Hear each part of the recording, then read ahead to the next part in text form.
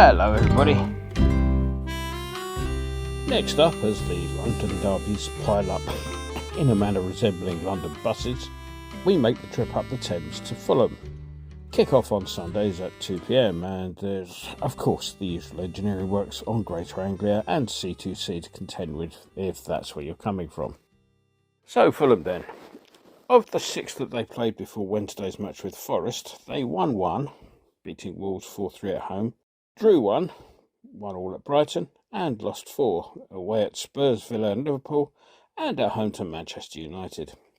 The Liverpool defeat must have been particularly galling, the Scousers' first goal coming as it did from a free kick awarded for what is now officially the worst dive I've ever seen happen at Anfield, an award for which, as you can imagine, there was pretty stiff competition. I tuned into Match of the Day in the expectation that the embarrassment would at least be acknowledged with the same sort of forensic examination effort that they devoted to the rare error that went against them in the Tottenham game. However, I'd forgotten the BBC Code of Omerta, which dictates that nobody must ever say anything derogatory about Liverpool ever. So we were told instead just how wonderful Terence D'Arby is, even though his goal was in fact an own goal, coming off the back of poor Lino's head. Funnily enough, they also didn't mention the world's best right-back, yeah right, for Fulham's first equaliser. Although that in a way was fair enough, given that the player was nowhere to be seen as Fulham pushed forward. In retrospect for Fulham, Forest at home was probably an ideal match for them to try and get things back on track. Now they played okay, but in truth Forest were absolutely woeful. Still, the 3 points lifted them up to 12th at time of writing, their 18 points keeping them 11 clear of the drop zone that they might have been glancing at over the past few weeks. On the new signings front, Daisy tells me that they went shopping in Wolverhampton. £5.5 million was enough to secure the services of Raul Jimenez.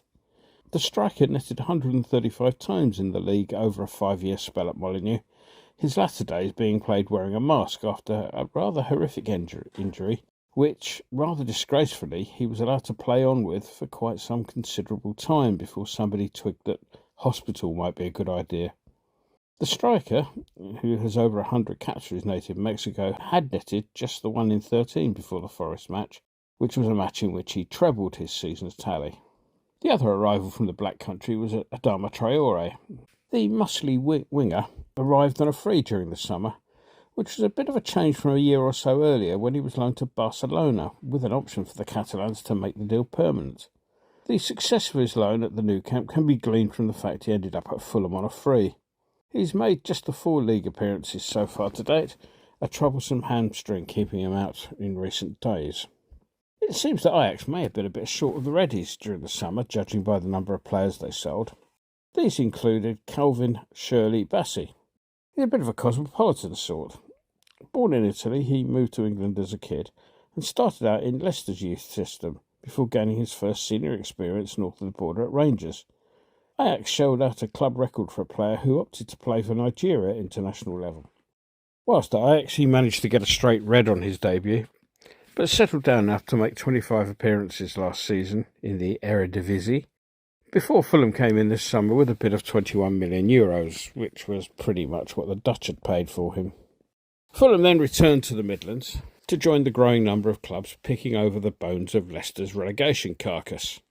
A cheque for £15 million was enough to secure the services of Thomas Castagna. The Belgian right-back signed a 4-year deal with the Cottagers, with the possibility of another year at Fulham's option.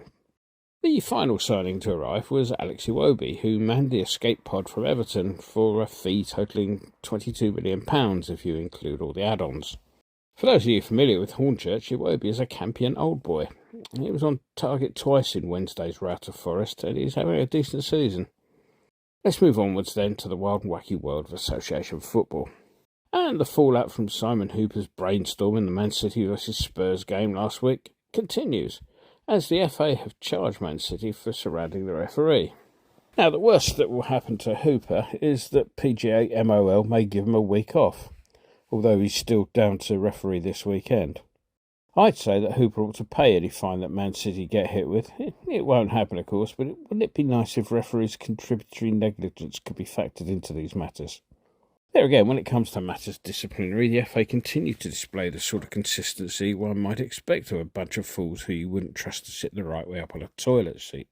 Take the FA Cup, where holier than thou because we're vegan outfit Forest Green Rovers have been ordered to replay their second round tie against Scarborough, having fielded an ineligible player in the first tie. Which is all very well, I suppose, but the decision must have raised a few quizzical eyebrows over at Barnsley, who were actually thrown out of the competition a few weeks ago for exactly the same offence. And so on to us. Or rather not, really. Now, due to my presence being required elsewhere in Europe over the next few days, and no, not Interpol, I'm having to write this before our trip to the toilet bowl takes place. I have, however, put together a few words which will cover most scenarios. All you have to do is delete as appropriate. So, how great, average, poor a display was that then? Despite, because of, how dreadful, poor, abysmal the referee was. And aren't Spurs fans unintentionally hilarious, bless them? There, that should cover it.